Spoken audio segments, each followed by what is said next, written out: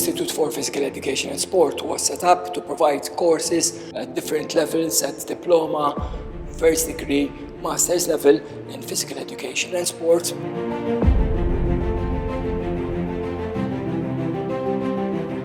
This year we are celebrating the 20th anniversary of the Institute, and we have organized some activities which started off today with a tournament in which all the Institute students are participating in an ultimate frisbee tournament and a spike ball tournament.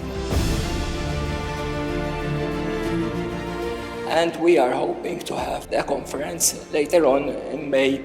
We are also hoping to be able to carry out an outreach program both in schools and the community to celebrate this 20th anniversary of our institute.